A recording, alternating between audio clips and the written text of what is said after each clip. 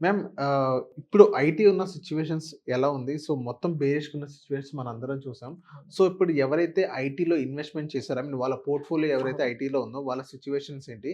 కొంతమంది మ్యూచువల్ ఫండ్స్‌లో కూడా ఐటీ పెట్టుకోవడం జరిగింది. సో, అవును. వాళ్ళ సిట్యుయేషన్స్ ఏంటి? సో, ఇక్కడ మనము ఈ ఐటీ టెక్ సెల్ ఆఫ్ అంటే ఏదైతే ఒక రకమైన డిస్ట్రప్షన్ బై ఏఐ వల్ల జరుగుతుందో, అంటే ఎస్పెషల్లీ మన ఇండియన్ మోడల్స్‌కి ఎక్కువగా ఇంపాక్ట్ అయిపోయిందండి. అంటే Indian IT sector business models మీరు గమనిస్తే ఇదంతా కూడా మనకేంటంటే హైలీ లేబర్ ఇంటెన్సివ్. అంటే ఇక్కడ మనకెక్కువగా సర్వీస్ ఓరియెంటెడ్ ఇక్కడ నుంచి మనము ఎంతోమంది ఎంప్లాయీస్, లాక్స్ ఆఫ్ ఎంప్లాయీస్ మనం సర్వీసెస్ అనేవి తీసుకొస్తూ ఉన్నారు. సో, ఆ మోడల్స్ మీదే మన ఐటీ కంపెనీస్ అన్నీ కూడా ఉన్నాయి. ఇప్పుడు ఏఐ గాని ఇంట్రొడ్యూస్ చేసినట్లయితే maybe they may not require this much of services from Indian tech companies. ఇంక వాళ్ళకి మన సర్వీసెస్ అంత అక్కర్లేదండి. ఎందుకంటే కోడింగ్ కూడా చేసేస్తుంది అంటున్నారు గదండీ! Hmm. So, AI is coming into sales, marketing, లాకి సంబంధించిన ఏదైతే ఇష్యూస్ ఉన్నాయో అవి కూడా హ్యాండిల్ చేస్తుంది.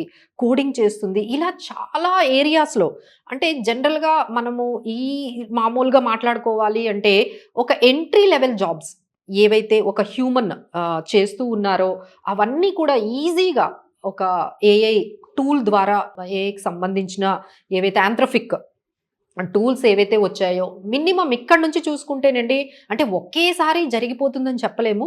బట్ ఓవర్ ద పీరియడ్ వాళ్ళేం చెప్తున్నారంటే 1-5 ఇయర్స్ పీరియడ్‌లో ఏవైతే బేసిక్ ఏవైతే మనకి ఎంట్రీ లెవెల్స్ జాబ్స్ ఏవైతే ఉన్నాయో ఐదర్ అనలిటిక్స్ సంబంధించిన అనాలిసిస్ గానీ, లేకపోతే కోడింగ్ కానీ, లేకపోతే మార్కెటింగ్, సేల్స్ ఇలాంటి ఏరియాస్‌లో అన్నిటిలో కూడా AI can do well better than a human.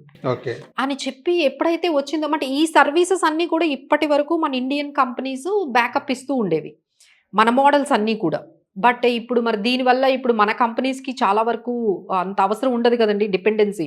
So, అవును. Maybe they don't depend on Indian IT companies much. So, ఇలా బిజినెస్ అనే మోడల్సే మారిపోతున్నాయి. సో, డెఫినైట్‌లీ అంటే అందరూ అంత పానిక్ అవ్వాల్సిన అవసరం లేదండి. ఎందుకంటే దిస్ ఈస్ ఎ ట్రాన్స్‌ఫర్మేషన్. ఈ ట్రాన్స్‌ఫర్మేషన్‌లో మన కంపెనీస్ కూడా నెమ్మదిగా అడాప్ట్ చేసుకుంటాయి. వాళ్ళకి ప్రాఫిటబుల్‌గా వచ్చేటట్టుగా మోడల్స్‌ని డెవలప్ చేసుకుంటాయి. బట్ ఏంటి అంటే ఓ డిస్ట్రప్షను, ఒక రకమైన అన్‌సర్టెనిటీ అనేది కొన్ని ఇయర్స్ అయితే నడుస్తుందండి. అది కంప్లీట్‌గా ఏఐ ఎంతవరకు నిజంగా వాళ్ళు చెప్పినంతగా సక్సెస్‌ఫుల్‌గా జరుగుతుందా లేదా అనేది ఇప్పటి వరకు తెలియలేదు.